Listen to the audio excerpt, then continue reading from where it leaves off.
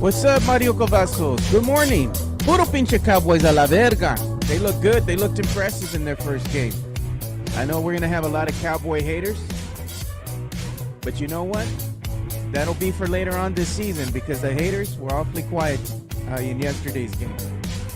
They play the Browns. The Browns are a good team. Unlike the Saints. Unlike the Saints, who beat a shitty team. Oh, my God. Saints beat a shitty team, and you're walking in with your chest out. I don't want to hear it. Aints. The Aints. Derek Carr, baby. Derek Carr is baby. No, man. That guy's a fraud. Y'all are going to get exposed later on this season. Derek Carr, baby. No, man. He's healthy. Puro pinche Cowboys. You're coming in hot. Puro pinche Cowboys. They paid Dak. Hot. They paid Dak. I'm going to wear shades. I don't know how I feel about that. Yeah, can I wear shades? You can wear shades, but they paid Dak, and I'm not sure how I feel about that. I'm not sure. You know what my son did? He brought up a good point. My son said, in the few years that he's been on this earth, he was born in 97. Yeah. 27 years, right, on this planet. Cowboys ain't done shit. His whole lifetime. Dollar. They haven't done nothing, Mike. Dollar. They haven't done nothing. Dollar. Like, man. They blame you for UTSA's loss. Dude, Welcome to another episode of the them. Alamo City Sportscast with Mike Jimenez and Joe Garcia. Make sure to subscribe and hit that like button. Join the discussion as we broadcast live from beautiful West San Antonio. And remember to tip your hosts as it helps the show grow. It is a beautiful day in San Antonio. My name's Mike Jimenez. That is Joe Garcia. The weather's beautiful. And we have our victory clothes on, Joe. I do. Joe, you've got your cowboy gear on. I've got my Saints gear. You know what? The future's so bright. Oh, God. I had to wear shades. You're excited because y'all beat a crappy team, man. Dude, you guys beat a crappy team. Browns are a good team. Good defense. Deshaun Watson is the quarterback of the Cleveland Browns. And who's your quarterback? Deshaun Watson. Who's your quarterback? Deshaun Watson hasn't been crap ever but since who's he your got caught on quarterback? the Don't worry massage about table. the other team. Worry about your team. My quarterback is Derek Carr. Yeah. What has he done? Had himself a game, baby. What did he do? About the same as much. Not as much as Dak Prescott. At least we're not paying him $60 million, baby. We're paying him like $35. You know what? This is the victory polo. Is by RJ Ochoa from Blocking the Boys. No, man. You're walking in here with your chest out and you all beat a crappy team, dude. Blocking the Boys. Talk to me when you beat a winning team. Yeah, same for you, too. The Browns aren't a winning team? They're not. The Browns suck. How many times have they been in the playoffs in the last couple of years? They're a decent team. Zero? But I'm saying they're a decent team. They've been to the playoffs. They've been Since to the when? promised land. Baker Mayfield took them like Of course. 3 or 4 years that ago. was a while back, though. Just But, I like mean, the Cowboys, you're acting like they're a one-win team, Mike. Come on. The Cleveland Browns suck, dude. Oh, the my. Cleveland Browns suck. Flacco had that team believing last year. That's how bad Deshaun Watson is. Everyone's like, can we bring the back Joe replacements? Flacco? The replacements. They brought him off the couch. Like, he was retired. He wasn't retired where he was like kind of working out on the side, waiting for another gig. He was retired. You know what? Retired. Cowboys had trouble tackling Deshaun Watson. He was kind of squirrely, but you know what? They had a hard time getting a hold of him. Yeah. Because he had all that massage oil on him, bro. Oh, man. He was... oh, my God. That guy was cochino. You know what? There was no happy endings for the Browns yesterday, There man. was not, man. And, you know, it's so great, man. This is the time of the year that we love so much because it's NFL season. College football's in full swing. We saw the Longhorns jump up to number 2.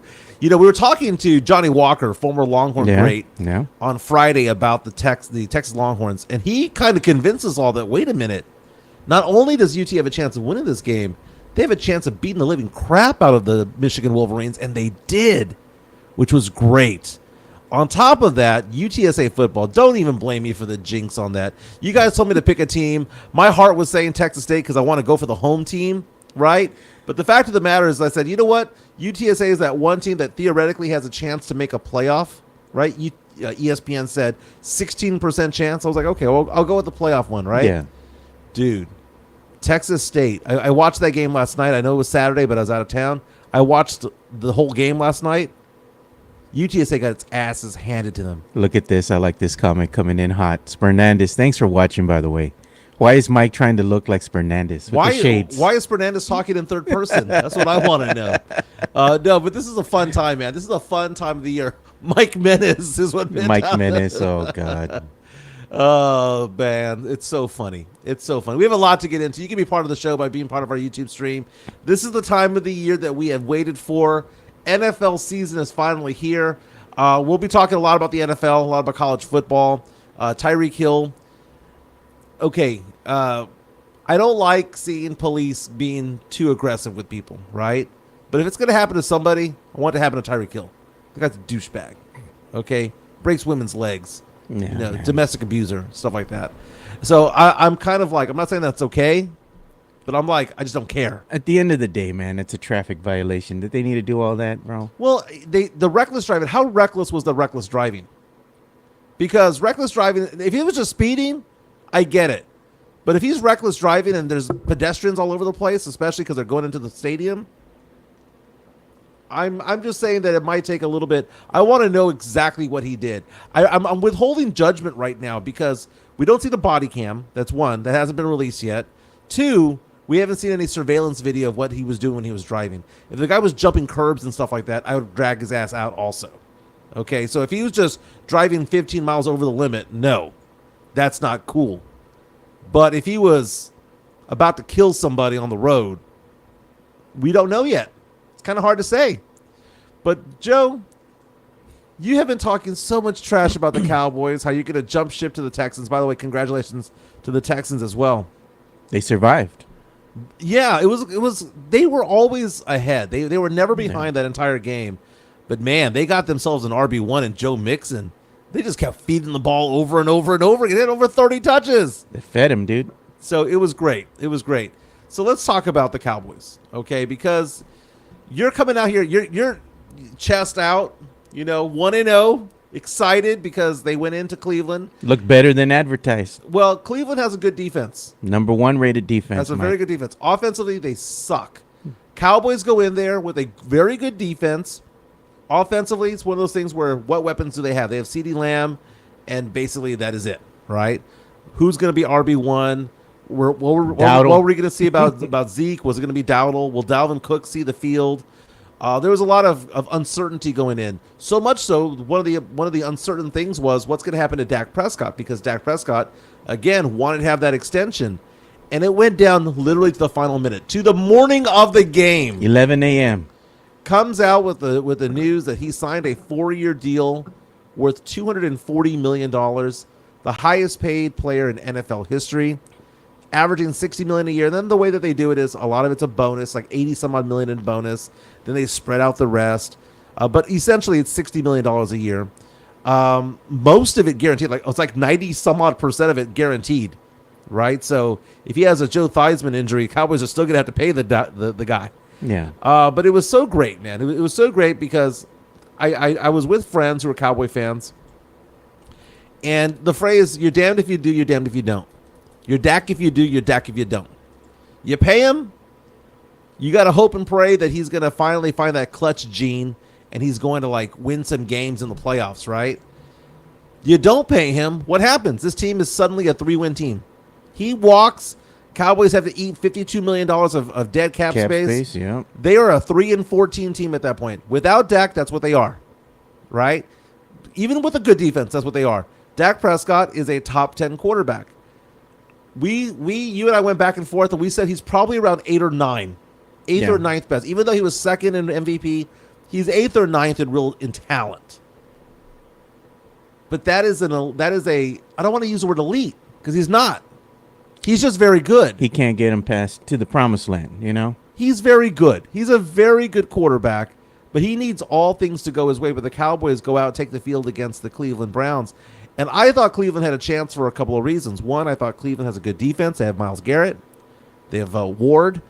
Very good defense. No Chubb because he's still injured. Yeah, but Ford is a good backup running back. And he proved that last year. So I really wasn't going to – Chubb is better, but Ford was at least serviceable. Yeah. But you look at the Cowboys going in there, Dak having the uncertainty of his deal going into the last minute, going onto the field. They're playing outdoors. They're playing on grass. And Dak typically doesn't do well when it comes to that. He's an indoor dog. He is an indoor dog. Dak didn't have himself like the greatest day. He was 19 for 32. I mean, that's not very good accuracy. 1 touchdown, no interceptions. Cowboys got very little on the ground. They had 102 yards, but it was all done by committee. Zeke Elliott, 10 carries for 40 yards. Rico Dowdle, 8 carries for 26. Hell, CeeDee Lamb had 25 yards rushing, right? So he's not even part of the running back crew, but they ran him. Gave him the they ball. gave him the ball, right? Give him the ball behind the line of scrimmage. It counts as a run. But what we saw was CeeDee Lamb with 5 receptions and 61 yards. And we saw the defense. This game was won not by Dak, not by CD. It was won by the defense and the special teams. It was won by the kicker, Brandon Aubrey. And if you, what is Juicy. that? What is that music there? Grilled. Flavor this good? Flavor this It's good. made by What the hell is going on here? I don't know. That's on you. We got a BK commercial going on in my notes over here. But Juicy. I'm like, hey, Mike, what are you watching, man? What are you watching over there? BK, have it your way.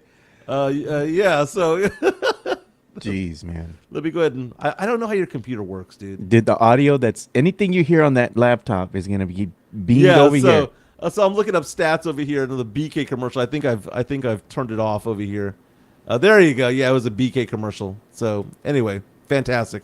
No, but you saw the Cowboys come up big defensively, and that was the thing. And we talked about this over the past couple of weeks.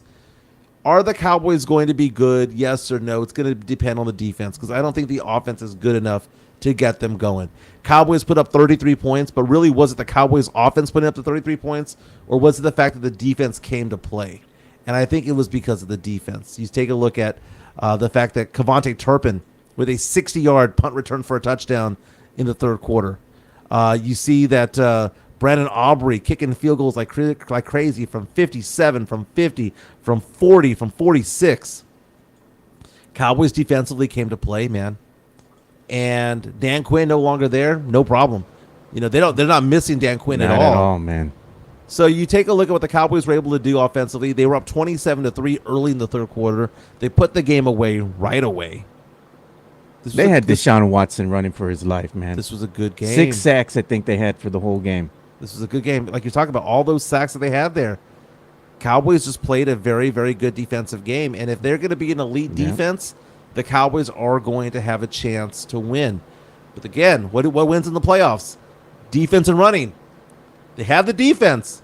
They got no run. Deron Bland, not there, though. He's going to miss the first 4 to 6 games. Yeah, man. But they did a very, very solid job containing Deshaun Watson. Deshaun Watson is not elite anymore. Oh, he's washed, When he was dude. with the Texans a few years ago, he was an elite player, got caught on the massage table, all of those NDAs, right? All of that stuff goes on, and what ends up happening?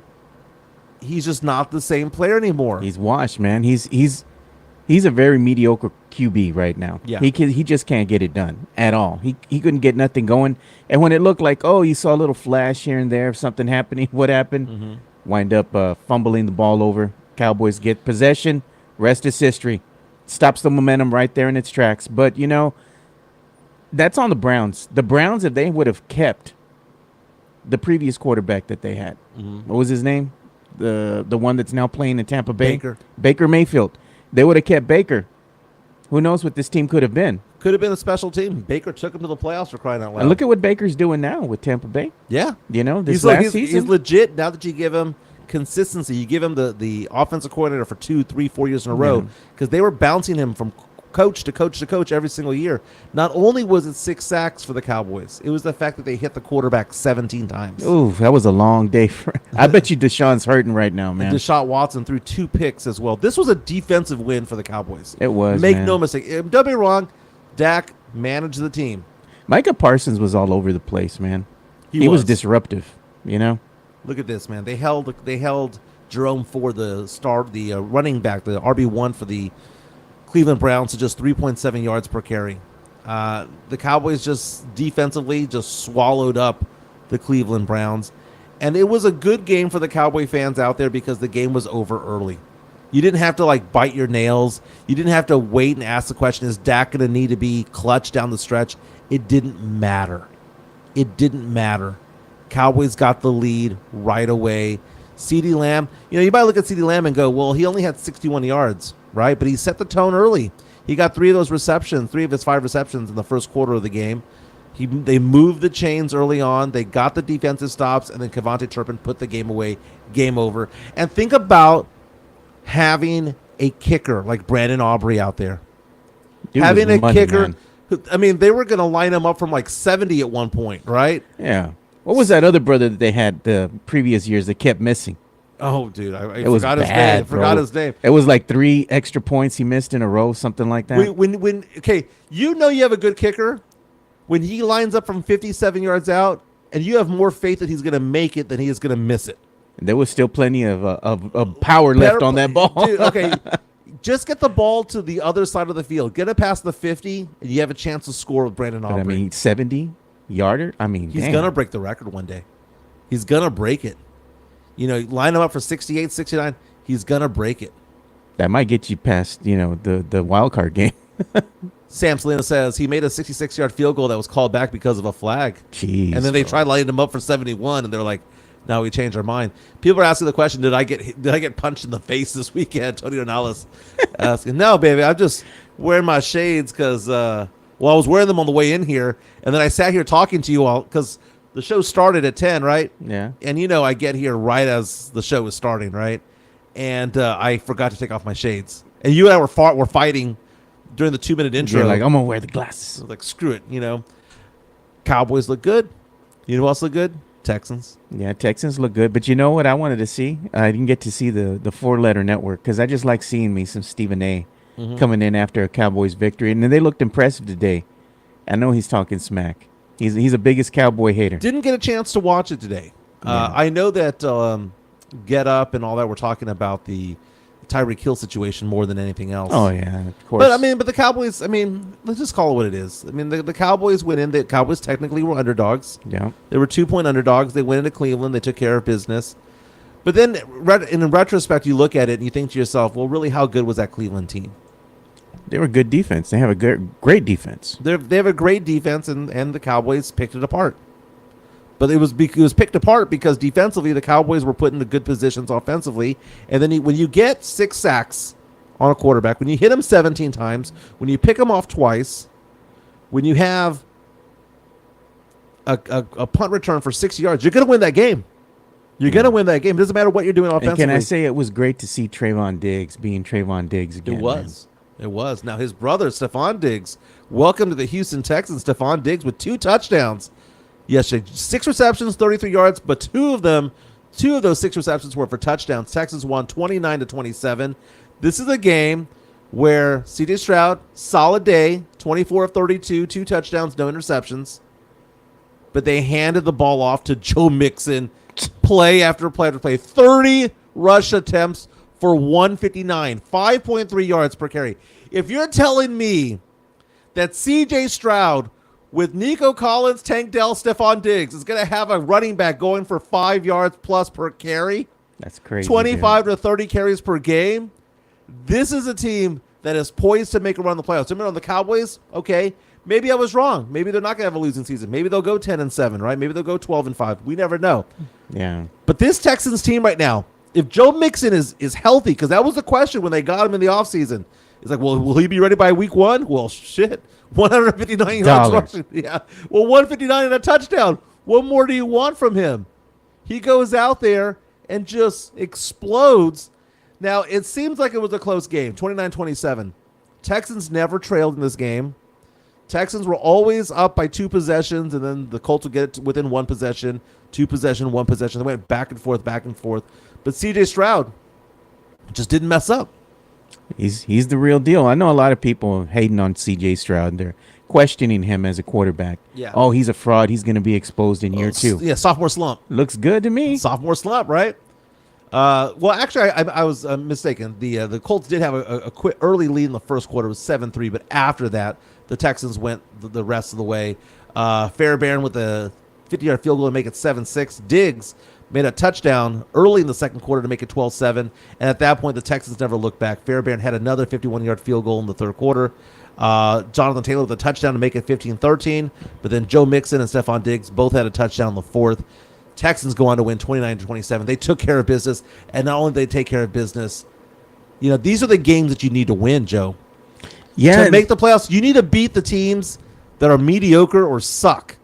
They barely won, though. You need to rack up those W's, baby. Yeah, and like they were saying, like David Atwater, Texans barely won against the Colts, but the Texans and Colts games have always been like these very close games going back to last season when they matched up against each other. It was a close game. It's a division game. Yeah, it's a close game. Not only was it a W, it was a division game. It's no different than when the Cowboys play the Eagles or the Giants or the Commanders. Sometimes because you play that team twice a year, close games. They know who you are, you know who they are, and it's also the rivalry of it all. Yeah. The fans get into the game because it's a rivalry game. Texans go in there, and here's the thing about the AFC South. Guess what? Colts, Jaguars, and Titans all lost. So not only did Houston win, they're now alone in first place in the AFC South. Yeah, which is amazing. You look at the NFC East, Cowboys and Eagles won. The Eagles won the Friday night game against the Green Bay Packers. Jordan Love with a knee injury. Yeah. With 6 seconds to go in the game, going to be out 4 to 6 weeks. That's sad to see, but that helps the Cowboys out because the Cowboys, if the Cowboys are fighting for a wild card game berth, one of the big teams that would be in front of them is the team that beat them in the playoffs last year, the Green Bay Packers. So now you're seeing Green Bay Packers without Jordan Love for the first third of the season. But when the Packers had Jordan Love on the field, Packers looked good. Yeah. And the Eagles were kind of falling behind, but then when he got the injury, Eagles kind of, made a run there, and the rest is history. Eagles found a way to win, They did find a way to win, and it was a game where people were like, well, what about Jason Kelce not being there? The tush push. The tush push, right? Jordan Love, he had himself a ho-hum game. He was 17 for 34. It was a defensive, even though it was 34-29, I kind of felt like both defenses played out in that game. But you take a look right now. The Eagles took care of business. That was a game that they needed to win. And right now the Eagles and Cowboys are alone in first place in the NFC East. And things are kind of stacking up the way that they should be. My Saints, I got my victory polo on right now, beat the living crap out of the Carolina Panthers. And I know the Panthers suck, right? They're horrible, man. Okay, but 47-10. Come on, man. I know your Saints. They looked impressive with Derek Carr. Yeah. Right out the gate, they looked impressive. They put their feet on the Carolina Panthers' neck. They never let up. Never. Right? It was a dominant performance. Saints look great, but again, it's against a bad team. It was against a bad team, but it's also a team that is also a division rival. Yeah, but they're not like a number one rated defensive team. Well, Bryce Young, the whole story between Bryce Young and C.J. Stroud. C.J. Stroud was the number 2 overall pick a few years ago. Bryce Young was the number 1 overall pick, and I remember telling James Pledger, San Antonio Sports Star, that C.J. Stroud was the better quarterback, and he wanted Bryce Young at the time. And I was like, no, C.J.'s the guy. The thing about it is that the Saints have a brand new offensive coordinator, Clint Kubiak, as the offensive coordinator. So that was different, Joe, because you have a different game caller, play caller, and you have that name Kubiak, right? Yeah. That is one of the names out there that when you hear that name, you know that they know what they're talking about when it comes to football, right? It's like Shanahan. If you hear Shanahan, if you hear Kubiak, there's certain family names that go into football, right? Yeah. Mannings when it comes to quarterbacking, right? So the Saints have themselves a Kubiak. The pedigree. They have a Kubiak now, right? And more importantly, the announcers were talking about the fact that Derek Carr, who I say is an I quarterback, he's not elite, not good, but he's not bad. He's just I.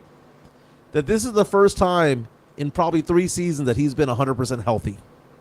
Goes out there, 19 for 23, 200 yards, 3 touchdowns. Played a perfect game. Alvin Kamara, 15 rushes for 83 yards. Now, Kamara, I was thinking that there would be a fall off, right? That he would fall off and not be as good. But you see what the team was doing offensively. They were using Taysom Hill as a battering ram. Taysom Hill was all over the place. It's like Kubiak was looking at Taysom Hill. How is Hill not getting old yet? He's 34 years old. Taysom Hill plays like he's 26. Yeah. And they had him at quarterback, at running back, at receiver, at tight end. He was a Swiss Army knife out there. And I hated the fact when other coordinators would use Taysom Hill, they'd use him as a crutch, right? Because they didn't trust Jameis Winston, or they didn't trust Drew Lock, or whoever, Ian Simeon, or whoever was the quarterback at the time. They would just say, okay, well, I guess we trust him differently. When Derek Carr was rolling, They put in Taysom Hill at the appropriate places for the appropriate things to do. Defensively, they did well. And you know what? I hate to say this, but we got ourselves a kicker in Blake Grupe. We thought that your guy from Dallas had a good game. Yeah. Grupe also had 2 kicks from outside 50. He had 4 field goals, 2 from outside 50, including a 57-yarder. He knocked down all 5 extra points. He's probably going to be the kicker of the week, not Brandon Aubrey. It's going to be Grupe when it's all said and done. But, man, my Saints went down there, won 47-10. I'm excited, dude. You know, when your team is 1-0, I don't care if they play a crap team. When your team is 1-0, they're 1-0. That doesn't matter. The things are brighter throughout the day. You feel different. You know, you're walking in with a little swagger right now. Yeah. But you know what happens next week? Saints play the Cowboys. Saints and Cowboys. So where are we going to be watching the game at? We got to watch the game together. Oh, my goodness, man. We got to figure this out. It's a noon game. It's a noon game. We got a whole bunch of places around here, Mike. I mean, you want to watch it indoors, outdoors? Where we going? You know what? I might want to be there at Jerry World, man, to be honest with you. Oh, my God, I might want to be there at Jerry World. I hope you're not going to go ahead and get in some scuffles like, you know, some of these other fights that we've been seeing going around with, was it the Chargers and the Rams and all that nonsense? There's no place for that in the NFL. Like, why do people do that? They engage in this stupid behavior. Yeah, you know, it's like stupid. it's drunken, dumb behavior. And sooner or later, what's going to happen is somebody's going to get seriously hurt, injured, really bad, or killed because of this nonsense. Well, and here's ridiculous. Here's the thing about it, though.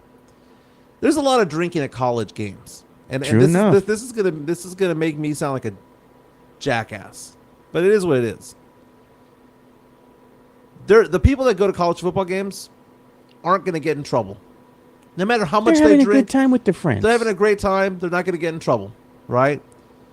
Guys that go to NFL games are the same people who are going to start crap at a bar half the time. They're going to Ojos Locos, man. They're going to Ojos Locos, right?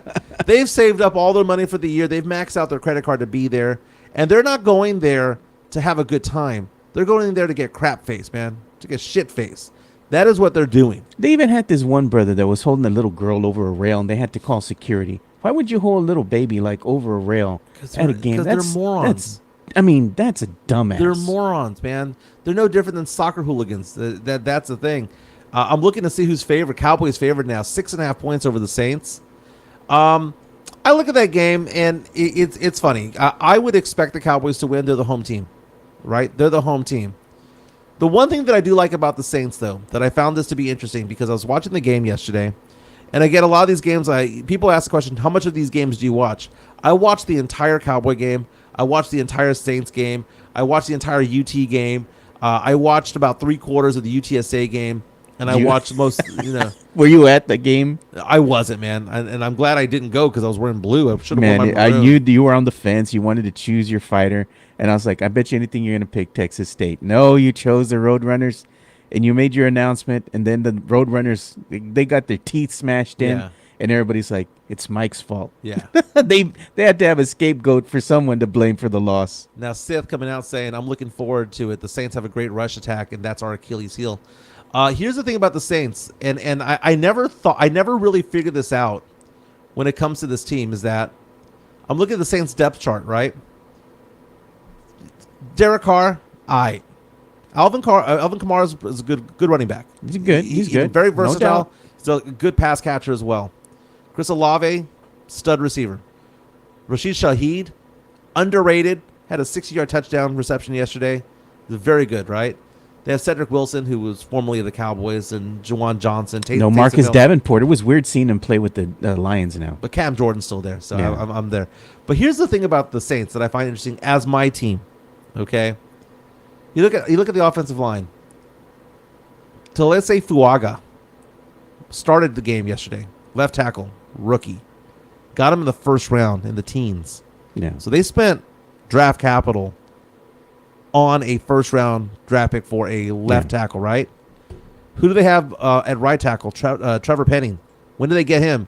Last year, first-round draft pick. Cesar Ruiz. They got a second-round pick on him 3 years ago. You see the entire team here offensively, when it comes to the offensive line, 3 of the 5 are first rounders of the last 4 seasons, and one of them's a second rounder of the last 4 seasons. They have basically put together an offensive line, and they've been spending their first and second rounders on them. And that's why I'm starting to have faith, is because as a team, you win in the trenches. Cowboys won yesterday because the defensive line obliterated Cleveland's offensive line, and it's the least sexy thing to do to build an offensive line. You want to go get the CeeDee Lamb. You want to go look at the Cowboys and go, why did you get this offensive lineman when you could have gotten Xavier Worthy? I understand that, but man, you win in the trenches. Yeah, the one thing that's kind of shaky for me still is that Cowboys O-line. Yeah. They were able to break through, and they put hands on Dak a couple times. Didn't hold up too well, at certain times, but they did enough to win against a pretty bad Browns team, on offense. The defense is good, and they brought the house several times against Dak. He was able to go ahead and get rid of the ball. Had he held it, he was going to get hit pretty hard, right? And he would have felt it. But he was able to, hey, you know what? I'm gonna go ahead and see the open guy. I'm gonna get him the ball. It was nothing flashy, but he did what he had to survive. But I don't know how the Cowboys O-line's gonna hold up in the context of the full season. I hope they do enough to keep Dak healthy, because that's the thing. If Dak goes down and he gets injured, it's over. Mm-hmm. Yeah, season's over if Dak gets hurt. I mean, I know Cooper Rush was 5-1 when he started. But I'm excited to see what Micah Parsons and what these defensive players are going to do against a offensive line that I said, they're young. It's a young offensive line, but again, 4 of the 5 players are either a first round or second round draft pick on the offensive line. All of them ages 22 to 26 years old. Still a young team. Still a young team. They're playing well together. I know they played Carolina. I know, right? But still. Cowboys Saints game is going to be a good one. The Saints and the Cowboys, they show up for this game. Yeah, and notoriously, even in past games, the Cowboys spanked the Saints last time they played. Yeah, so I remember they're out for revenge. I remember being out there for that. But it's to have a healthy quarterback, whether it be Dak Prescott or Derek Carr. Yeah, you have a chance when you have a healthy quarterback. They get injured, man. They're playing on one leg, and some quarterbacks will go off and will say that they're fine, but that they're hurt. And that was Derek Carr's issue. And that's the thing with quarterbacks. If they get any type of leg injury, it affects the way they throw their throwing mechanics. Mm-hmm. They do a lot of planting off of that leg, ankles, anything, foot injury. That can play into how accurate they are with throwing the ball. So hopefully both quarterbacks can stay healthy, and they'll put on a heck of a show. I anticipate that this is going to be a close game. I'm hoping for it, man. I'm hoping exciting, for it. Now, other games for this week. We have a Monday night game tonight. Oh, yeah. We have the Jets and the Niners. We're going to see Brock Purdy against Aaron Rodgers. Dude. It just keeps going on and on, right? This is great football, man. This the pageantry, the drama. Aaron Rodgers, they told him out there last season. What was he doing?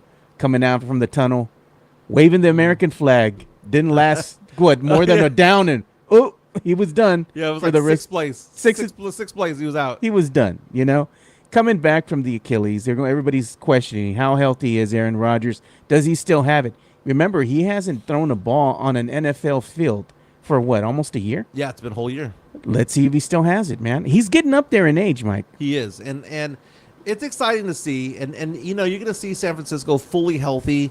Brandon Ayuk coming back. He wanted a trade. He wanted to get his bag. He finally got that $30 million a year deal.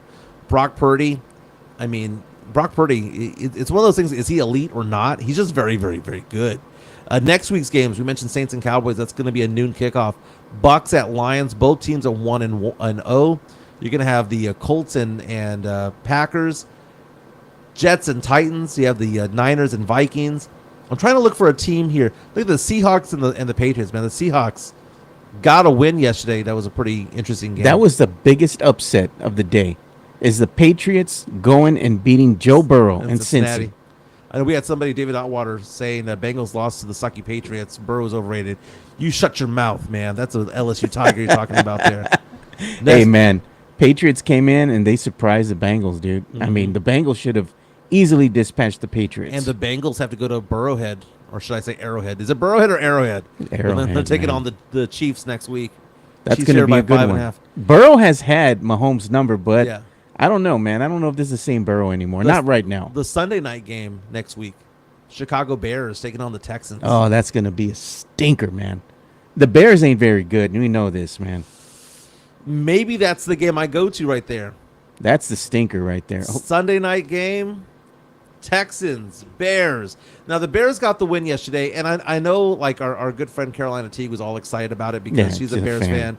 I know Rudy J is excited about it because she's a Bears fan. He's a Bears fan as well. They beat the Titans 24-17. Will Levis, when he threw the pick six to end the game, did you see his reaction?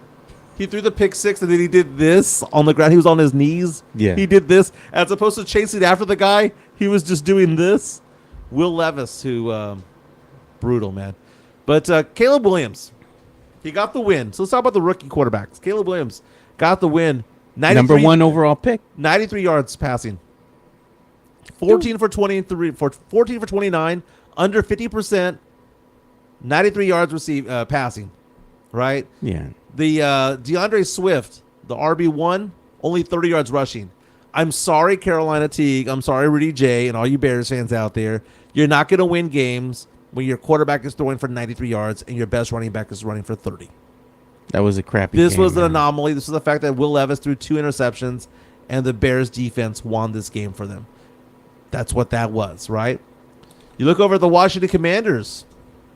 LSU's Jaden Daniels going out there.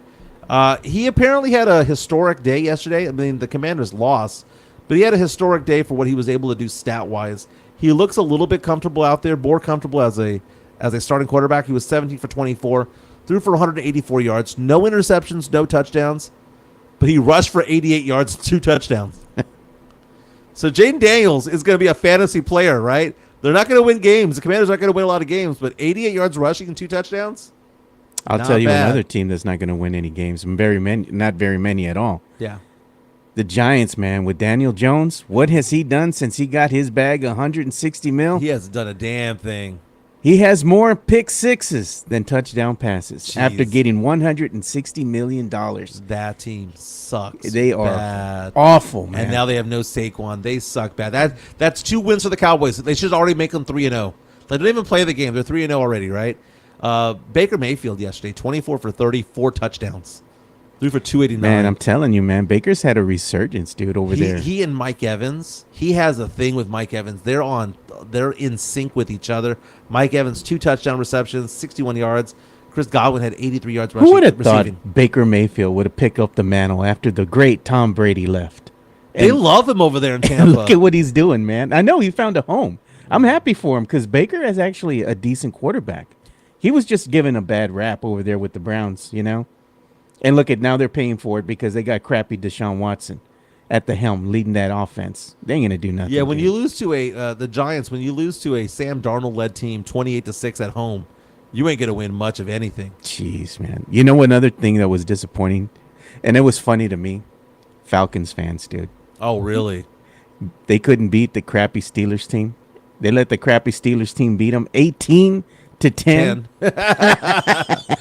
Hey, the Sunday night game last night, the Lions and the Rams went into overtime. Lions won 26-20. I cannot believe the Lions won that game. The Lions did not deserve to win that game at all. Why not? The Rams were the better team. But the Lions, if they were the better team, they would have won. No, sometimes the better team loses. Oh, Sometimes the better Mike, I don't wanna hear that, team man. doesn't put the game away. The Rams controlled that game. They controlled it. The Rams were, down the stretch, 5-6 minutes to go in the game, the Rams controlled it, but then you had that big injury to Puka Nacua, who might be out for a long time. I haven't seen the injury status on him. Might be out for a long time. Puka Nacua, who was a breakout star last year. Yeah. I just like seeing the reactions of Sean McVay, dude. Yeah. But the Lions go out there, get a win that they didn't deserve. Hey, the Lions won, dude. That's all that matters. Jared Goff threw a That's all that matters. bad interception that I thought the game over. Game over. You know, like Vince Yeah. Carter.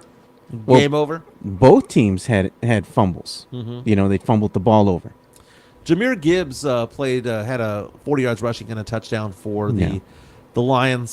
He's supposedly RB1, but David Montgomery got more touches yesterday because Jameer Gibbs has that hamstring injury that he's trying to recover from. They held look what they held Amon-Ra St. Brown. Amon-Ra St. Brown, one of the 5 best receivers in the league. Rams held him to 13 yards. When you hold Jahmyr Gibbs down to 40, when you should lose that game, but Jameson Williams just went off yesterday. 121 yards receiving and a touchdown. Cooper Kupp for the Rams had a big game, 14 receptions. And I mentioned Puka Nacua knocked out of the game. Game went into overtime. Lions got the ball first, scored a touchdown, game over. 26-20. Lions get the win. They shouldn't have won that game, though. Yeah, well, they're saying that, the Rams were dominant until they weren't. Right. Until they weren't. Hey, but that's the thing. It's just like, and the NFL is just like basketball, right? You have a certain amount of time that you have to go ahead and play. And if you don't play the full 48 minutes or whatever they give you in football, you can lose. Mm-hmm. It's like, was it that cliche? Any given Sunday. The most horrible speech I've ever heard in a sports Awful. movie. Awful. It's a bad movie. Let's get some love to him. Well, we're going to talk about the Texas Longhorns next, but let's give some love first to MCS General Contracting with their Diamond Hard Concrete. MCS General Contracting, more than 30 years of combined experience in concrete placement. They are the best in the business. Honest pricing, high quality work.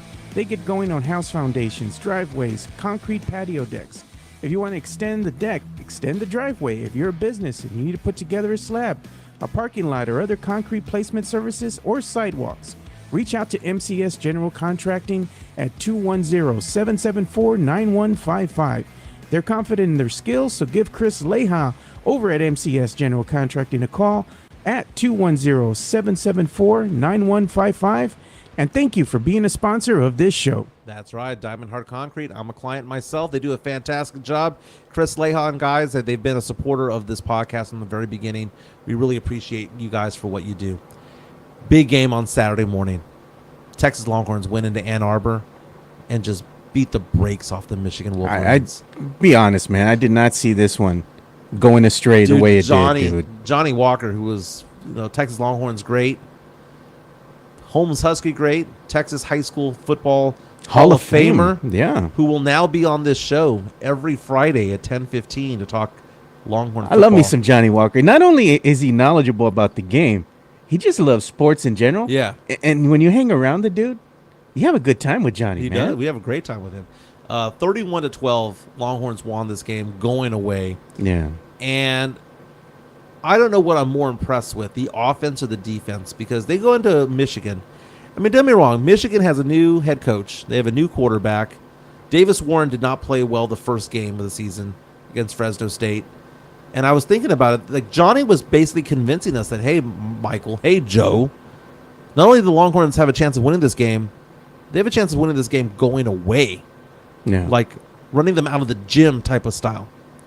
And the more you look into the Wolverines and the new regime that they have, the fact that the quarterback is new, and you're going up against a Quinn Ewers who's been around for a few years, who's projected to be a first-round draft pick, who's projected to be a Heisman candidate. You have a Heisman candidate versus a newbie. True, man. You have you have Sark, who's been there for a little while. Yeah. Against a new coach. You have an offensive coordinator going against it. You have the transfer portal that Texas got on the wide receiving core. They saw the list. They're like, they got that guy from Bama. They got that guy from LSU. They got that guy from. They basically brought in an all-star team in the NIL. Yeah. Not the NIL, the transfer portal rather, using the NIL. And I thought about it, Joe, and I was like, my God, I wish I was in Vegas right now because I'd be placing big money on the Longhorns to go in there and win. The spread started out at 4, and it jumped up to 7.5. Texas goes in there, and Quinn Ewers just picking apart the defense, just picking them apart. He had 246 yards passing, 3 touchdowns, 0 interceptions. The guy does not throw a bad ball, dude. He just doesn't throw a bad ball. Running by committee. You had Jadon Blue, the first game of the season, going off. No one went off running for the Longhorns, right? Gibson, Wisner, and Blue. They had 8 carries, 9 carries, 10 carries each. But it was the wide receivers, Joe. Sure. Gunnar Helm, Isaiah Bond, Matthew Golden. They showed up, man. Jadon Blue. They showed up big time, man. 3 touchdown passes, 3 receptions. Helm, Golden. That touchdown by Golden was really nice. And Blue all got touchdown receptions. It was a great game. They pummeled Davis Warren defensively. They went after him. They got the stops. And at no point in the game, and I know that Michigan is a top 10 team at the time, at no point in the game did you ever look at that Michigan team and think that they had any chance against this Longhorn team. No, man. At no point they were outclassed. They were outclassed. Big time, man. And this Texas team, I hate to say it, and I don't want to say I hate to say it, but this early in the season, this is a playoff-bound team. This team they look pretty damn good, man. I mean, they got Georgia later on, right? They got UTSA up next. Yeah. But this Texas team might be something special. This Texas team might be as good, just how they're constituted right now, as those Vince Young teams back in the day. Do you think they're going to be better than the Vince Young team? They'll never be better than the Vince Young team, because that team that beat USC with Matt Leinart and Reggie Bush, that was beyond special. That was once in a lifetime special. I still remember that game because I watched it. I was with Mike Valdez from Fox 29 and Anthony Pittman, and we were at a bar at Mike Valdez's bar on Broadway, watching the game. And I'll never forget Vince Young squeaking away, fourth down, making his way over, getting to the pylon touchdown, the orange confetti flying. I'll never forget it. I know Cowboy fans have a thing for Arch Manning, right? They want him to play. A lot of them do. Yeah. But don't be so excited about Arch Manning that you forget that Quinn Ewers might actually be one of the best quarterbacks the Texans ever had. Yeah. Easily one of the best they've had in the last 25, 30 years. Kid can ball, man. Yeah, he can. Quinn Ewers is going to be playing on Sundays.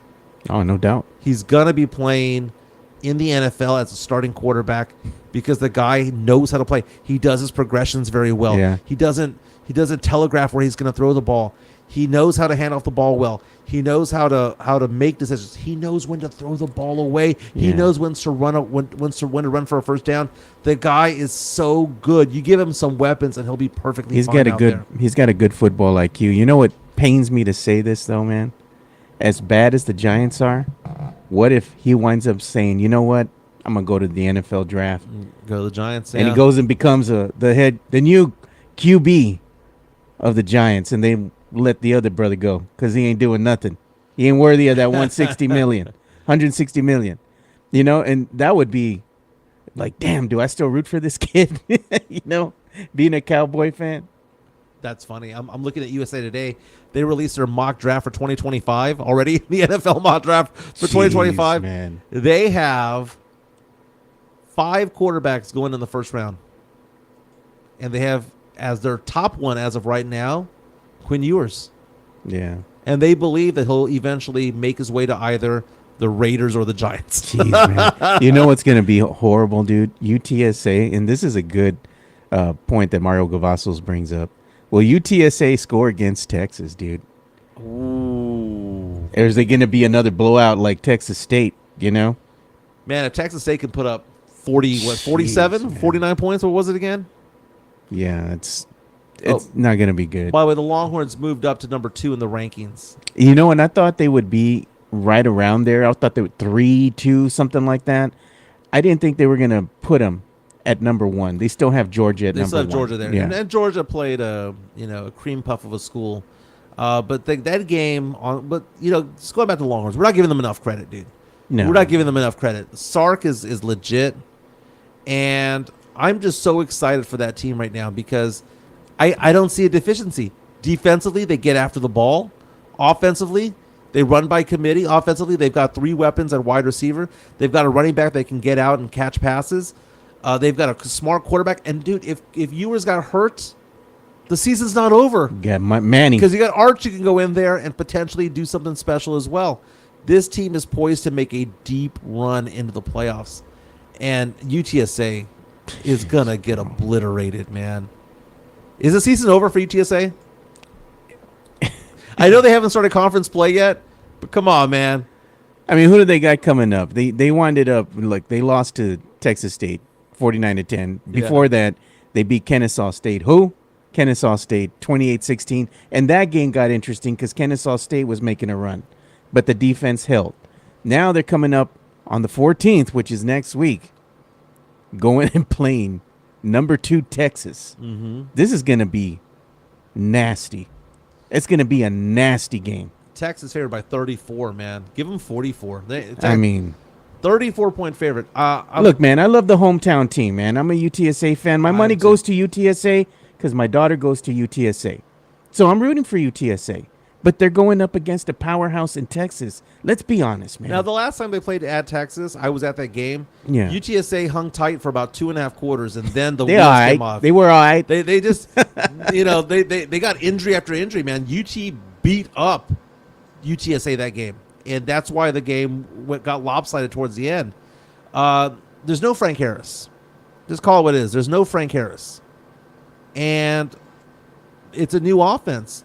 I liked what Don Harris from News 4 San Antonio said. He goes, do you get the feeling that Coach Traylor saw this from a mile away? And let's give some love and props to G.J. Kinney, the head coach of Texas State. That guy's a mercenary. Paul Alexander, if you remember him from KSAT back in the day, he's also a former news director over in Corpus Christi, does radio here in San Antonio. He predicts that G.J. Kinney is going to be an NFL coach. And I don't doubt it. I don't doubt it at all. And look at David Atwater. UTSA is rebuilding. And you know what? Based on what, let's say, Rashad Wisdom did. Look. Okay. This is the thing that me and my friend were talking about. And, we look at Rashad Wisdom. You look at the great Frank Harris, right? This is a different team.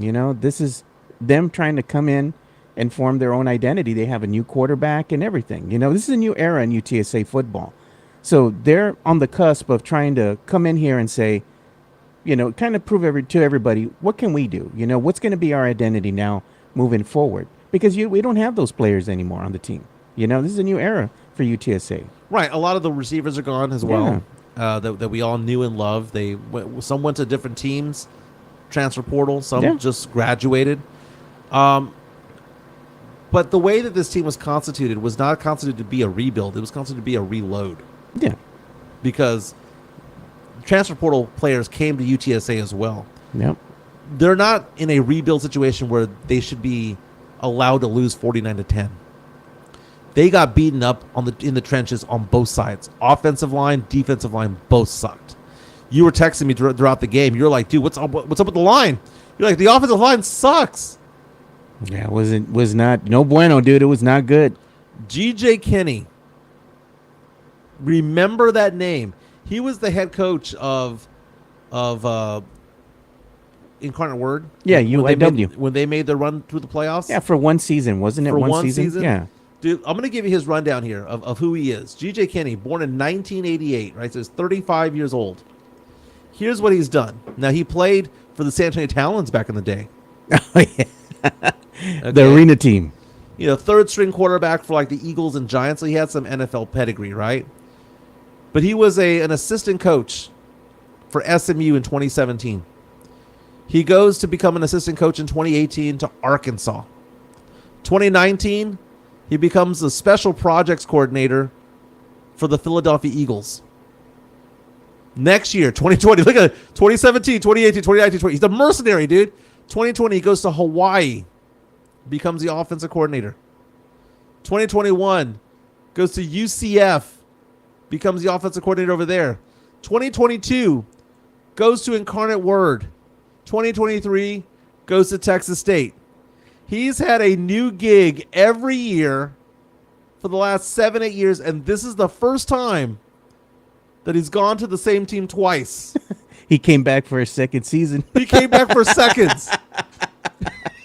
Hey, but you know what? Did you know that was his light? That was his, I knew. That was his resume. I knew that, but you know what? The guy's a hell of a coach with Texas State. He's found he's found a team here with the Bobcats. Man, he's doing his thing. Not only that, he has a bowl victory already, and not only that, he's from Gilmer, Texas, Gilmer High, which is like Friday Night Lights. Yeah. You talk about high school football and the backdrop of like what it means to be like the iconic thing, like Odessa Permian, right? Yeah. Judson High School, the icons of high school football. Gilmer High is part of it, and that's where Jeff Traylor's from as well. He knows the Traylor family. He was in Traylor's son's wedding, for crying out loud. And Traylor loves him, dude. Traylor loves him, and for him to go out and beat the living crap out of Traylor's team is interesting. You know what's funny is that these guys got nothing but love for each other, right? Right. But Traylor, what did he say?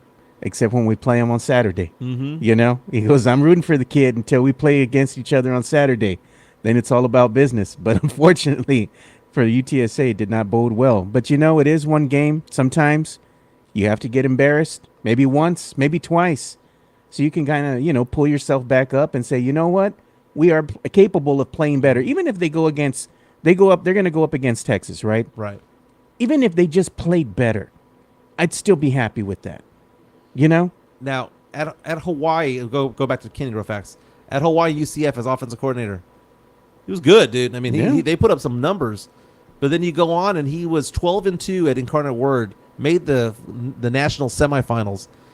He took a Texas State team that was one of the worst in that conference, in Conference USA, one of the worst teams, brought them back to 8-5, and they won a bowl game. 2-0 this year. Yeah. Is Texas State going to be that team making noise this year? They might be, man. Be.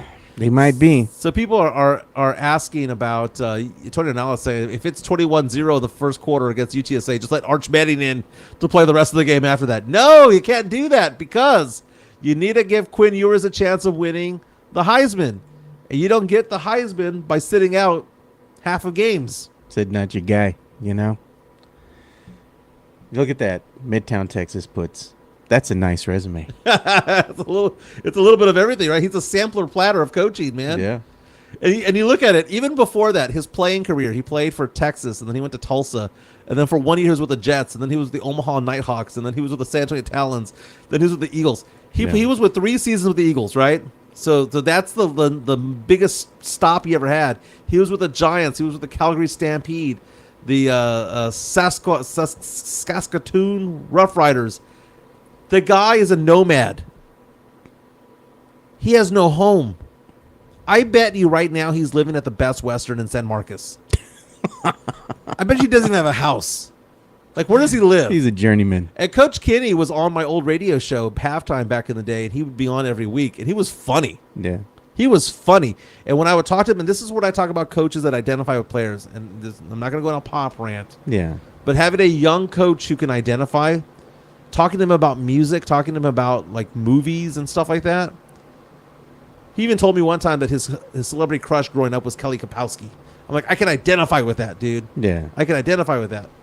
But Coach Kinney making $800,000 a year in the Sun Belt with Texas State. I said Conference USA, it's Sun Belt.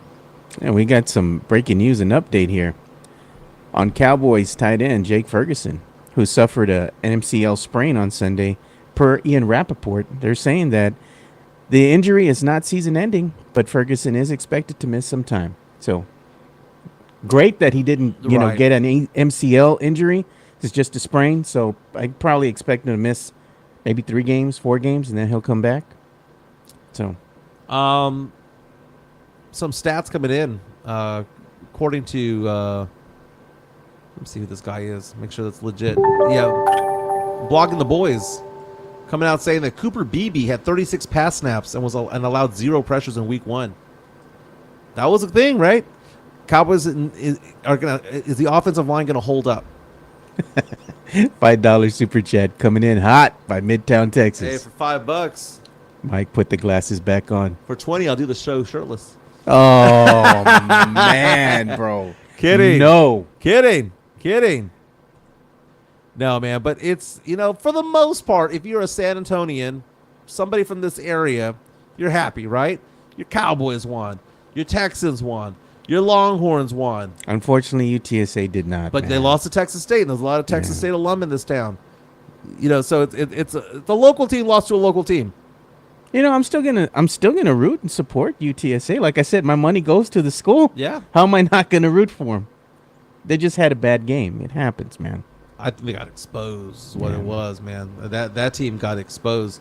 Let's look at the college football rankings right now because they got released yesterday. Georgia at number 1 got 54 first-place votes in the AP Top 25.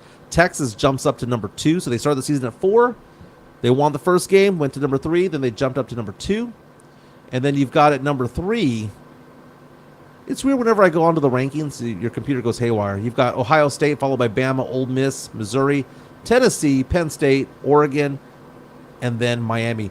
The big upset, though, of the week was Notre Dame What the hell happened there, man?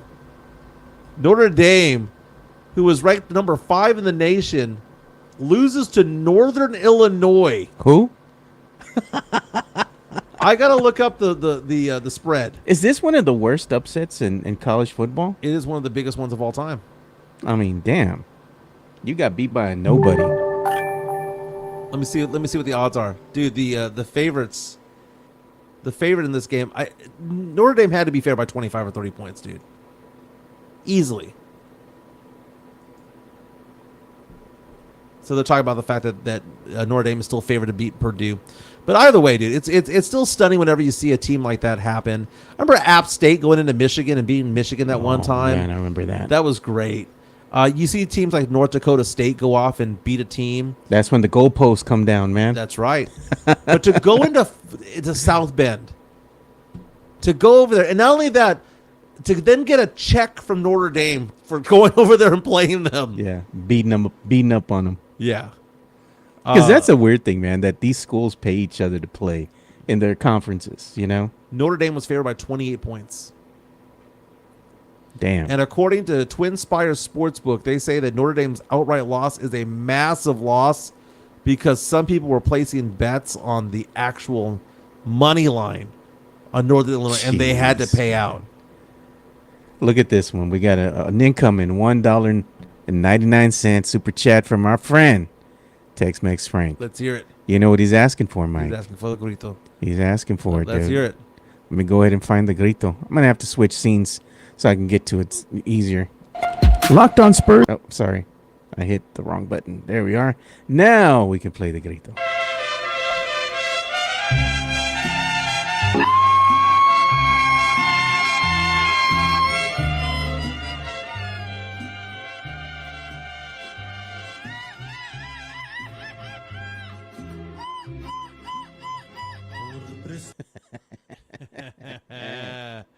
Not bad, man. Not bad. That's a celebratory grito for the Cowboys, Yeah. for Texas State, for the UT Longhorns, Houston Texans fans, and for Los Saints. Jason Garcia coming out saying, my Seahawks won. You missed it, baby. We spoke about it earlier. Charbonnet with a touchdown reception, 30 yards, baby. Got me some fantasy points. Jason saying, who did Texas A&M lose to? Dude, did the Aggies even play this week? I don't even remember, man. They did, man. They lost. Did they lose again? Yep.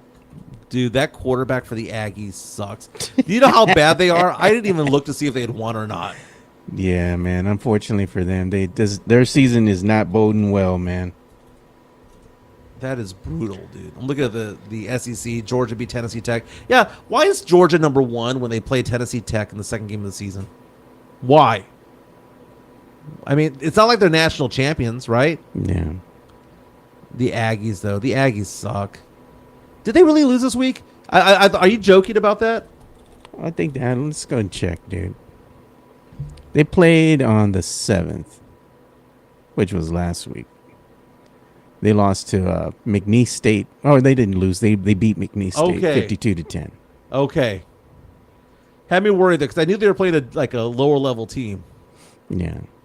So Tony Ronaldo is asking the question: what do we play when the Cowboys lose? Do we play taps? What do we play? I don't know. We got to think of something to play when the Cowboys lose.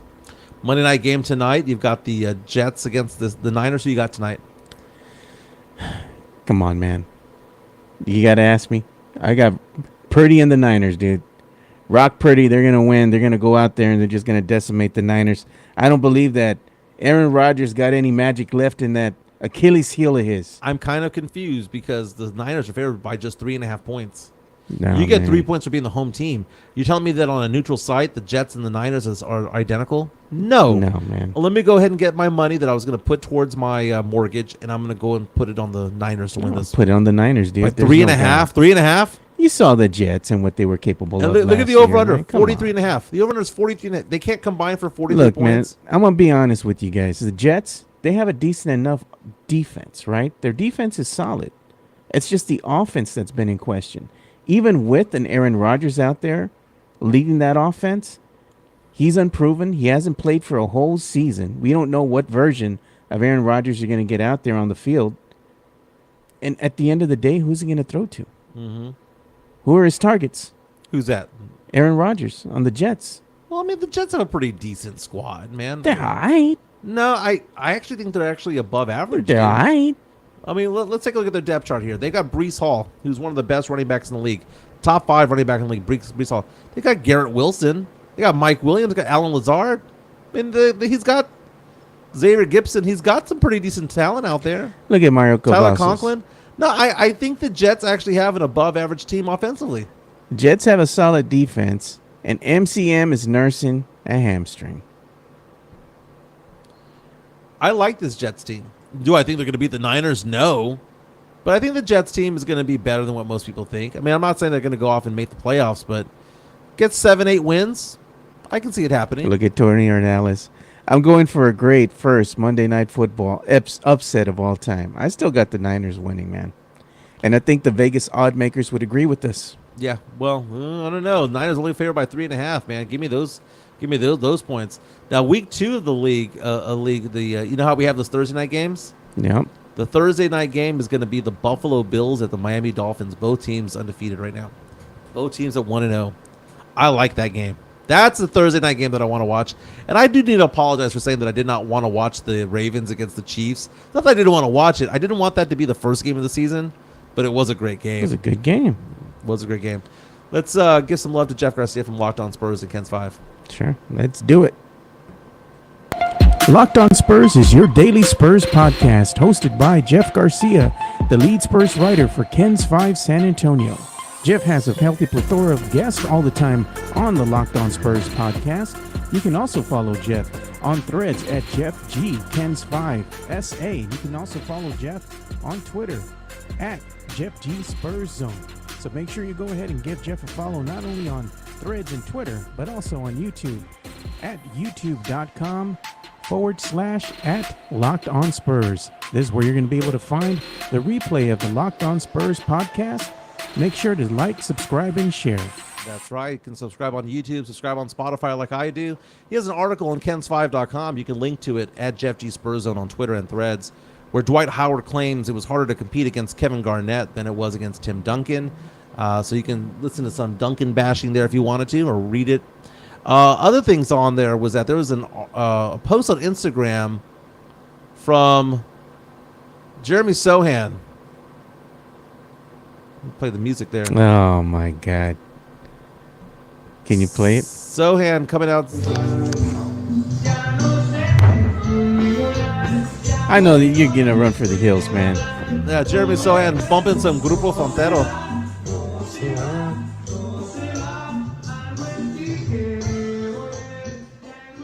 Saying I'm part Hispanic. He's one of us. Dude, I was working at work today, and I'm getting all these notifications going. Are you going to roast Sohan and Tejano at the same time? Yeah, let's kill the music, man.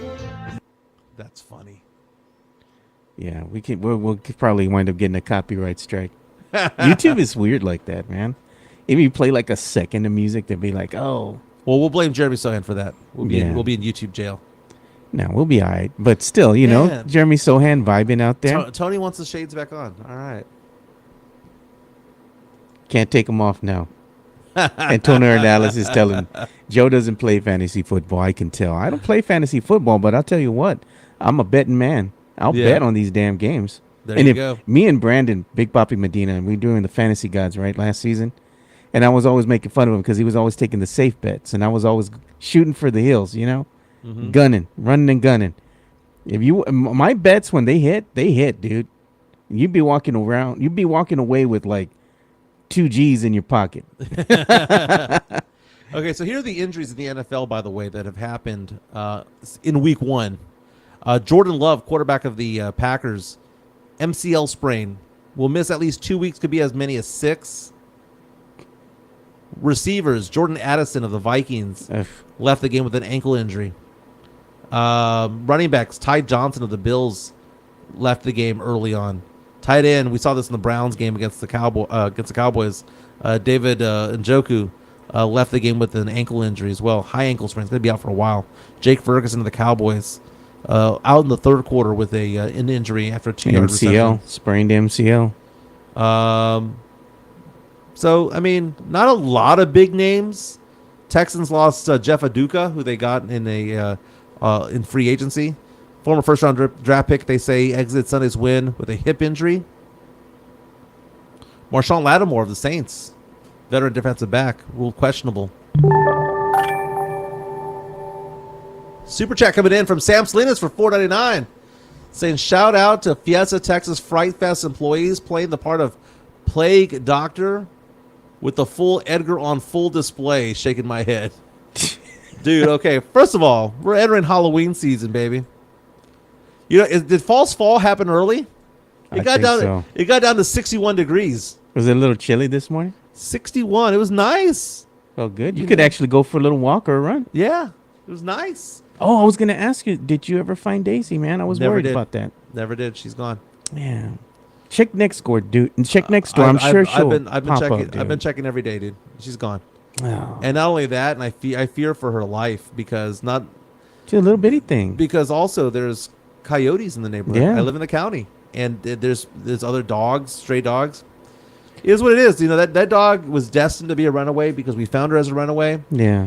And then 11 years later, she runs away again and never came back. And she gets found and then runs away from them. That's just her life. She's on the road. She's on the road. You know, she's the G.J. Kinney of dogs.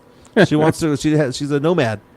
But you know, it's one of those things where part of me thinks the fact that dog was probably going to die in the next year or two anyway, because I've had her for 11 years, and you don't even know how old she was before then. Right. Yeah. She could have been, and she was actually showing signs of getting old. Yeah. You know, so it's one of those things where in my head I'm just thinking to myself, she just died. Yeah. You know, she's probably someplace in somebody's house. Oh, no doubt somebody found her and adopted her or something. But she'll run. Yeah. So she's a runner. But yeah, so very nice, very nice. Let's show my number, man. If you want to give me a call, check this out, man. How many podcast people do this? How many people say, "Hey, here's my number, 210-508-0369." Joe, you're looking all over the place for my phone number. I know. It's like, what happened to it? Where did it go? I think we're in the wrong scene actually today. That's why we don't have the number there today. I loaded it up with the other show that I do for my friend, the high school football. So that defaulted today. I see that it says along the wire. Yeah, man. So we'll go ahead and find your number. Give me a second. I'll switch scenes. Very, very nice. Again, Cowboys play the Saints this weekend. Cowboys here by 6.5 points, over under at 45.5. I am a Saints fan. Don't get me wrong. I'm cheering for my Saints. Do I believe the Saints are going to win that game? No, I don't. I think the Cowboys should win that game.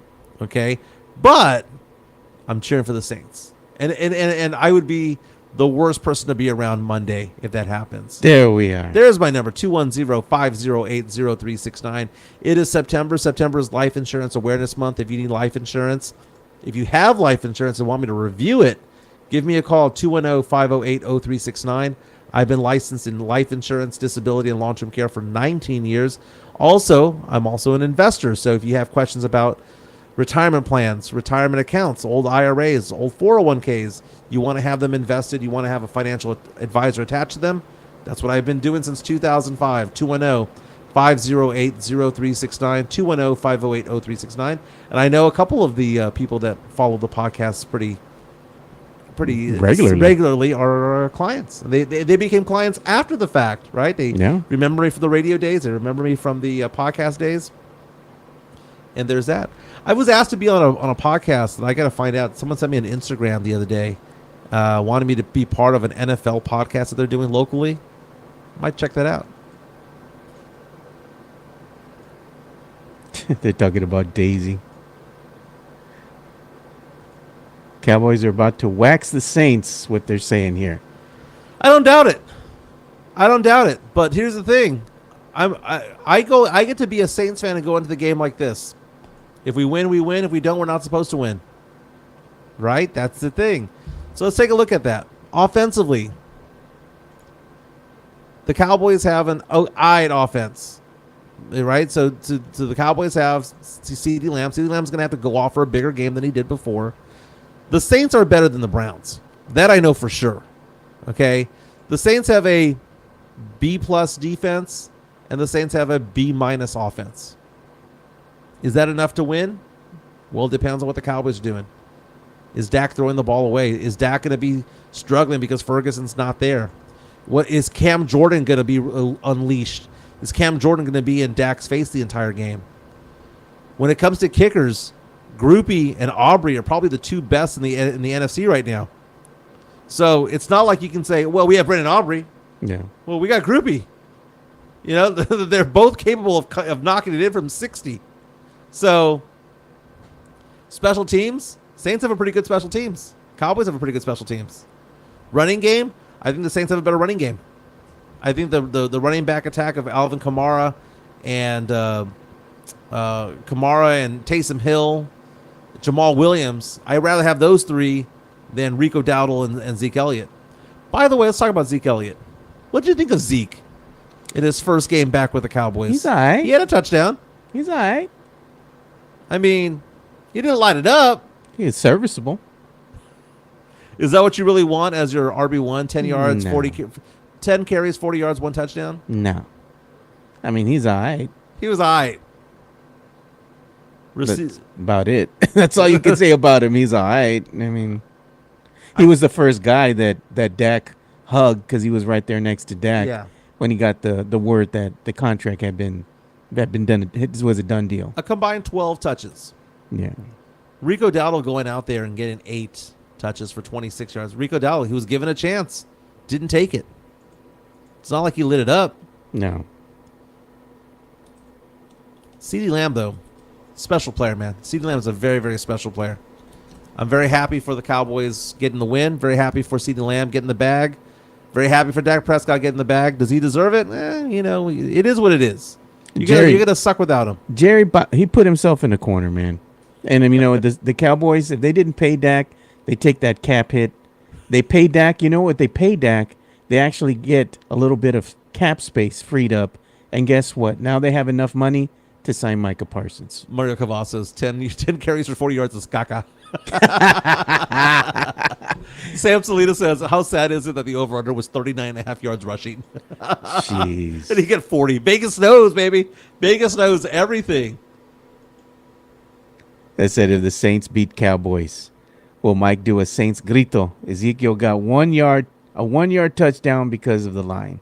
No, man. Zeke knows how to get in from 1 or 2 yards, man. That's just his money, thing. dude. What did I say? If I had my life 3 yards. If I had my life depending on a 1 or 2 yard touchdown, I'd want Derrick Henry to be the first option and Zeke Elliott to be number 2. Jeez. Zeke knows how to find the end zone. I don't trust him from the 20 to 20, but inside the 5? What did you say? He's too big now to jump inside the Salvation Army Bowl? Man. That was a good line. But he still looked like he was in shape, though. Man. Yeah. He took off the pads. He's running towards the tunnel after the game, you know? Yeah. Still a guy. So apparently people are still pissed off about the whole Tyreek Hill incident. And it's kind of hard to say what happened because we don't know the whole story yet. We weren't there. And again, surveillance video I have not seen. No. I have not seen the footage from the police department themselves. What do they call it? The officer cams. The body cam. Believe me, I have been someone who has said that cops go overboard all the time. I don't trust cops for crap, dude. I don't trust them at all. Any interaction I've ever had with a cop has never been a positive one. I remember back in the day, they were like, go to the cops because they're your friends and they're going to be there for you. And I was like, no. There are good cops out there. Don't get me wrong. Yeah. I know a lot of good cops that are out there, and I know some, right? But, they say few bad apples. I don't believe that there's a few bad apples in police departments. I believe that the bad apples are probably 20 to 25% of the entire force. And it's the 75 to 80% that cover it up. When they say about racism, they say that it's not racists that are the problem. It's the people who put up with it that are, right? Because they're people who don't shout them down. When it comes to police officers, it's not that there's more bad cops than good cops. It's that the good cops defend the bad cops. That's the problem. Yeah, and Tony Ornelas was saying he was speeding, but how fast was Tyreek Hill going? Well, we don't know yet. But it was also reckless driving. Yeah. So we know that he was speeding. He was going fast. We don't know how bad it really was. Maybe there'll be some video that'll surface. It's outside of a stadium. I'm sure there is. I mean, you can't be driving anywhere in a major city without being on a camera somehow. You know who else drives bad too? Jeremy Sohan? No. Book, man. From the Suns, dude. Yeah, Devin Booker. He drives bad too. They've shown video of him just peeling out. Yeah. And there's pedestrians walking. There's people on the streets. And he just peels out and he just takes off. And the car goes a little squirrely. And he just takes off. He doesn't care. Yeah. He's passing a red light and everything. He dates a Kardashian. He's a jackass. And should I apologize for the Sohan comment, or is what it is? Jeez, man. I don't know, man. Who loses control of your car and has a one-car pileup? Who does that? So I'm going to wait until more information comes out. Now, Tyreek Hill did get an 80-yard touchdown pass for a touchdown in the game. The touchdown. And then he did the celebration by pretending like he was being put under arrest Yeah. and he was being walked out by a cop. But let's not pretend like Tyreek Hill's a good guy. Okay, let's go through Tyreek Hill's history here of arrests and whatnot. Right, this is somebody who, if I'm not mistaken, broke the leg or an arm of a woman one time. Yeah. So I'm looking up his legal issues here. In 2014, Hill was arrested, according to Wikipedia, in Oklahoma for assaulting his 20-year-old pregnant girlfriend. It says he threw her around like a rag doll, punched her in the face, sat on her, repeatedly punched her in the stomach, and choked her. Damn. He pleaded guilty to domestic assault and battery by strangulation, was sentenced to 3 years probation. 2019, he was investigated for injury of a 3-year-old son who sustained a broken arm. So again, not only beating a woman, but accused also of child abuse. 2023, for assaulting somebody during a verbal disagreement. Okay. He had paternity suits filed against him by women saying that he fathered their children, two different women. And a judge found that he was actually the father of one of the kids. It has been reported that Hill could possibly be the father of at least 10 children with 4 different women. Damn, that's a lot. And then also a model named Sophie Hall filed a civil lawsuit against Tyreek Hill, saying that he broke her leg during a football lesson at the house the previous June because he invited her to run offensive line drills with him. I don't want to ever give police the green light to be abusive or anything like that. This guy's a jackass. But man. when he says, I had my hand on the steering wheel and I didn't cuss at them and I don't buy it. You're telling me that somebody who domestically abused a woman, you're talking about somebody who was accused of child abuse, who has 10 different kids with 4 different women right now, who has paternity suits against him, who beat up a guy outside of a restaurant. You're telling me all that stuff going on, and that he was like, yes, officer. What can I do for you, officer? Bull crap. Bull crap. I was going to say one thing that we're going to get into, too, because we're coming up against it, is we got to start talking about a little bit of the entertainment news, man. So I'm going to go ahead and do the entertainment bump here. Yeah.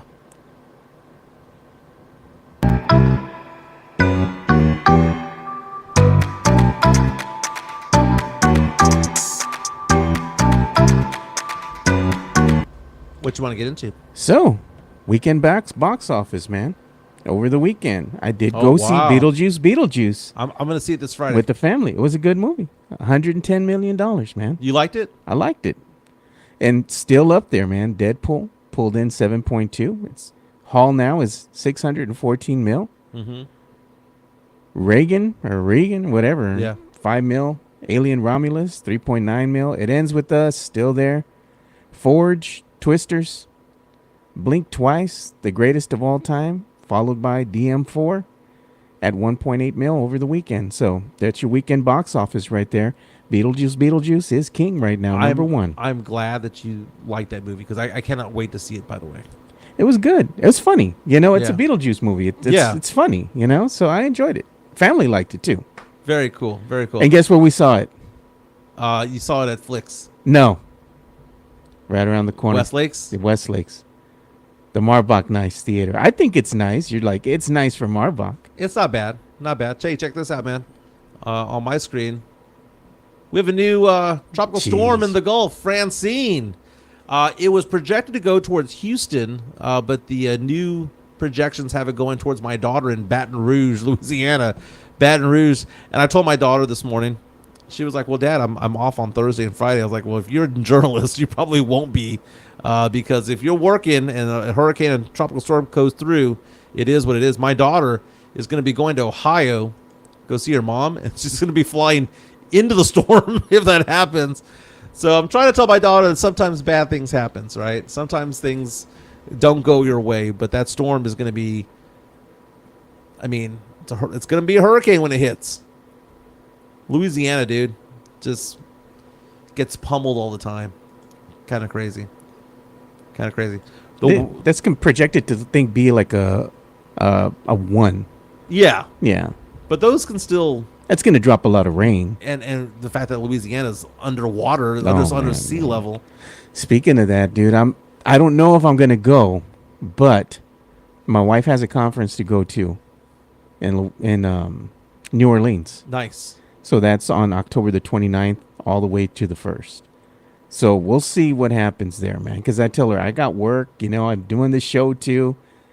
I don't know if I'm going to be able to make it, you know, because, I mean, that's an awful lot of days.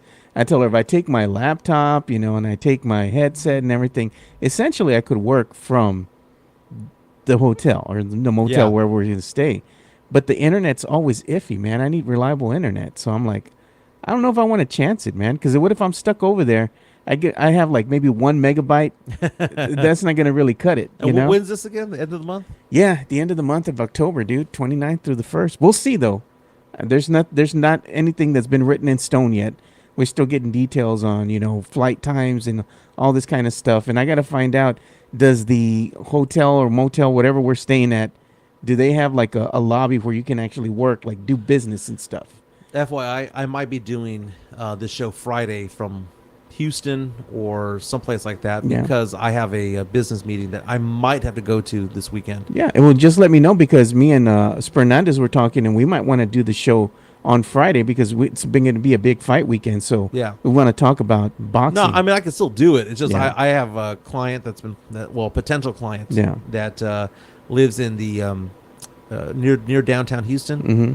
And he's asking me to go over there. So I don't know what day I'm going to go over there. So, Joe, that might be a Wednesday, Thursday, or Friday that I might be doing the show on location, remotely. With the headset, the infamous headset? With the headset and all that stuff, man. Yeah. I'll wear the sunglasses, though. Oh, God. But I'm glad that you like Beetlejuice. That's great, man. I'm looking forward to watching that movie. It's been a long while since I've seen the original, but I'm looking forward to it. Yeah, it was But Michael good. Keaton bats 1,000, baby. Yeah, it was good seeing him, donning the Beetlejuice costume again. Cowboys undefeated. Texans undefeated. Texas State Bobcats undefeated. Yeah. Saints undefeated. You know what? Spurs season coming up in about a month or so. Yeah, we're a little less than. This is a good time of the year. We're under 50 days. I think we're under now 50 days to the start of the season. And before we let everybody go here, make sure you go and check out today's episode of Los Locked On Spurs. Jeff Garcia just released it. Yours truly is a guest. We're talking about the comments of one Shaquille O'Neal on Wembanyama. So make sure you go and check that out. And I'll go ahead and make sure I give Jeff some love here. But you also want to go ahead and subscribe to Locked On Spurs on YouTube. That way Jeff can get way past 5,000 subscribers. He's already passed it. Mm-hmm. We want to get him even further away. Shoot him into the stratosphere. Make sure you go and subscribe to Locked On Spurs. I am looking forward to some Las Palapas. There you go. I went to a birthday party this past weekend up in Burnett, Texas. It was my girlfriend's nephew's birthday. And he has Down syndrome, so it reminded me of my boy Justin. Yeah. He turned 40 years old, so it was cool. Wow. I'd never met him before. He ran up to me, gave me a big old hug. They had a live band performing. That band was playing all sorts of music. I got to tell you about this band real fast. They were all dressed like disco. Yeah. So I was like, oh, we're going to be listening to disco all day long. So they started out by doing disco. And then they turned it up and they started playing STP, like their version of Plush, Collective Soul, Audio Slave, Soundgarden, and I'm there going, what the hell's going on?